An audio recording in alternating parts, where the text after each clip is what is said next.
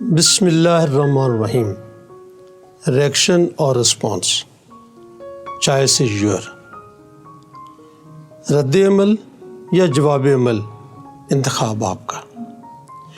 مجھے اور آپ کو زندگی میں بے شمار ایسے مواقع سے واسطہ پڑتا ہے، افراد سے واسطہ پڑتا ہے جو ہمیں پسند نہیں ہوتے، جو ہمیں کسی وجہ سے اریٹیٹ کرتے ہیں، جو ہمیں کسی وجہ سے کسی تکلیف میں مبتلا کرتے ہیں۔ یہ تکلیف تین طرح کی ہو سکتی ہے۔ یہ تکلیف ہمیں ہمارے نظریات، ہمارے خیالات، ہمارے ویلیوز کے خلاف بھی ہو سکتی ہے یا اس سے متعلقہ ہو سکتی ہے۔ یہ تکلیف ہمیں کوئی جسمانی بھی ہو سکتی ہے۔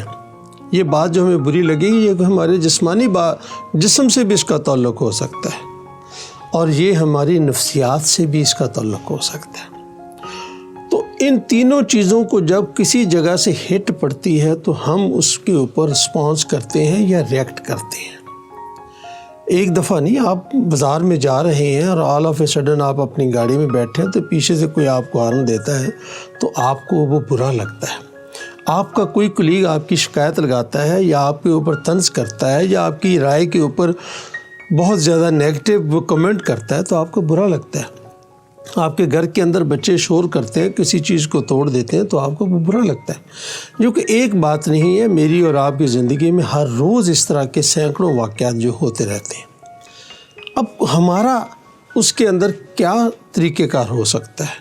ہم دو کام کر سکتے ہیں، یا ہم ریئیکٹ کر سکتے ہیں یا رسپانس کر سکتے ہیں۔ میں اور اردو میں کہوں تو میں یہ کہوں گا کہ ہم رد عمل دے سکتے ہیں یا ہم جواب عمل دے سکتے ہیں۔ جب ہم یہ سوچتے ہیں کہ ہم ریئیکٹ کرتے ہیں تو ریئیکشن بغیر سوچے سمجھے ایک عمل ہے، جس کے لیے آپ کو بہت زیادہ سوچنا سمجھنا نہیں پڑتا، جس کے لیے آپ کو ٹائم درکار نہیں ہوتا۔ یہ بنیادی طور پر ایموشنل لیڈ ہوتا ہے۔ یہ اس کو ایموشن ہمارے جو ہے وہ لیڈ کرتے ہیں۔ یہ ہماری ایک نفسیات ہوتی ہے، اور بہت سارے لوگ ایسے ہیں جن کا رسپانس ٹائم ریئیکشن ٹائم بہت کم ہوتا ہے۔ وہ بالکل چند سیکنڈز کے اندر اپنا ریئیکشن دیتے ہیں، اور جب یہ ریئیکشن ہوتا ہے تو میں اس کو کہتا ہوں کہ یہ ایک سم سارٹ آف بلاسٹ ہوتا ہے، اور یہ کسی بھی طرف جا سکتا ہے، اور بعض کا یہ اتنا دور تک چلے جاتا ہے کہ ہمارے تعلقات بھی ختم ہو جاتے ہیں۔ حالانکہ بعد میں وہ آدمی ہم سے یہ کہتا ہے میں تو مذاق کر رہا تھا۔ بعض کا یہ بھی ہوتا ہے، آپ کسی اداس موڈ میں بیٹھے ہیں لیکن سامنے والا کسی اور موڈ میں ہے، اور پھر وہ ہم کہتے ہیں کہ ہم اداس بیٹھے ہیں اور تمہیں آپ کیا کیا باتیں سوچ رہی ہیں۔ تو بعض کا ہمیں کسی کا لطیفہ بھی برا لگتا ہے، کسی کی شاعری بھی نہیں اچھی لگتی۔ اس کی وجہ یہ ہوتی ہے، جو شخص ہم سے بات کر رہا ہے یا ہمارے متعلق بات کر رہا ہے، ہمیں نہیں معلوم وہ کس فریم آف مائنڈ کے ساتھ ہے، وہ کس تکلیف میں مبتلا ہے، اس کو کیا پرابلم ہے۔ وہ پیچھے سے کہیں سے اپنے کوئی بوجھ لے کر آیا ہے اور وہ ہمارے اوپر پھینکا ہے۔ یہ بڑی عام سی بات ہے نفسیات کے اندر کہ غصہ اس کو پیچھے کہیں اور سے آیا اور اس نے اس کو اپنے اندر سٹور کیا، اور آپ سامنے آ گئے، آپ اس کے سبارڈینیٹ تھے، اور اس نے سارا کا سارا غصہ آپ پہ ڈال دیا۔ اب آپ نے اس کے غصے کو غصہ سمجھا، اس کی بات کا برا بنایا اور ریئیکٹ کیا، لیکن ہم نے یہ نہیں سوچا کہ اس نے ایسا کیا کیوں، اس کے ساتھ ایسا کیا واقعہ تھا۔ اگر ہم یہ جاننے کی کوشش کریں تو پھر ہم ریئیکٹ نہیں کرتے، پھر ہم رسپانس کرتے ہیں۔ رسپانس اور ریئیکٹ کے اندر صرف ٹائم کا فرق ہے۔ میری ذاتی کیلکولیشن یہ ہے کہ ہم تقریباً کوئی 20 25 30 سیکنڈ کے اندر اپنا ایک سانس لیتے ہیں۔ اگر آپ ایک گہرا سانس لے لیں کسی کی بات کا جواب دینے سے پہلے، تو لازماً آپ کا جو عمل ہوگا وہ ریئیکشن نہیں ہوگا بلکہ وہ رسپانس ہوگا، وہ رد عمل نہیں ہوگا بلکہ وہ جواب عمل ہوگا۔ اگر آپ پورے مائنڈ فلنس کے ساتھ اس سسٹم کو، اس سچویشن کی اویئرنیس لے لیں تو کبھی بھی آپ اس کو ریئیکٹ نہیں کرتے۔ ریئیکشن کرنے کے لیے آپ کو سوچنا سمجھنا نہیں پڑتا۔ آج ہماری گفتگو بھی یہی ہے کہ ریئیکشن سے کیا نقصان ہوتے ہیں، رسپانس سے کیا فائدے ہوتے ہیں، اور ہم اپنے ریئیکشن کو رسپانس میں کیسے بدل سکتے ہیں۔ مجھے کچھ یاد آیا کہ ایک صاحب آج سے چند ماہ پہلے، پاکستانی ہیں، نیو یارک میں رہتے ہیں، وہ ڈیموکریٹک کی طرف سے الیکشن لڑ رہے تھے۔ تو انہوں نے مجھے یہ بتایا کہ وہ بعض کا ریئیکٹ کرتے تھے تو جو ماہرین ان کی الیکشن کمپین چلا رہے تھے تو وہ آئے اور انہوں نے کہا کہ تمہارا یہ جو سٹائل ہے، یہ جو تمہارا پرابلم ہے، یہ تمہارا پرابلم بہت نقصان دے گا، تم بہت جلدی ریئیکٹ کرتے ہو، جب تم ریئیکٹ کرتے ہو تو آٹومیٹیکلی کیا ہوتا ہے کہ تم بہت غلط بات کر سکتے ہو اور غلط بات تمہارے لیے نقصان دہ ثابت ہو سکتی ہے۔ انہوں نے ان کی باقاعدہ ٹریننگ کی اور ٹریننگ کے بعد ان کو کنٹرول کیا کہ نہیں، آپ نے ریئیکٹ نہیں کرنا، کسی بھی بات پہ آپ نے رسپانس کرنا۔ آپ نے دیکھا ہوگا بہت سارے ہمارے ٹی وی چینلز کے اوپر لوگ بات کرتے ہیں اور کرتے کرتے وہ ایک دوسرے ریئیکشن کرتے ہیں اور بڑی دور تک چلے جاتے ہیں۔ بے شمار ہمارے سیاسی لیڈروں نے ریئیکٹ کیا اور بیچاروں کو کہیں نہ کہیں کسی کو جیل بھگتنی پڑی، کہیں کوئی اور ملک سے باہر جانا پڑا۔ یہ بے شمار واقعات دنیا کے اندر موجود ہیں، اور دنیا میں ایک بہت بڑی تاریخ کا سب سے بڑا ریئیکشن جو ہے وہ 9/11 کے بعد امریکہ کا، اس کے اوپر باقاعدہ کتابیں لکھی گئی ہیں۔ امریکہ کو رسپانس کرنا چاہیے تھا، امریکہ نے ریئیکٹ کیا اور الٹیمیٹلی وہ 17-18 سال یہاں پہ 19 سال رہا اور واپس بھی چلا گیا اور اپنا مقصد بھی حاصل نہیں کیا۔ اسی طرح سے جب ہم اس بات کو اگر تھوڑا سا ہم اور آگے بڑھائیں تو ہمیں یہ بھی دیکھنا پڑتا ہے کہ جس آدمی نے جو بات ہم سے کی اور ہم نے ریئیکٹ کیا، پھر اس کے بعد کیا ہوتا ہے۔ اگر ہم نے ریئیکٹ کیا تو آپ یہ یاد رکھیں، اب ہم اس شخص کے کنٹرول میں، اپنے کنٹرول میں نہیں ہیں۔ اب ہمارا کوئی عمل ہمارے کنٹرول میں نہیں ہے۔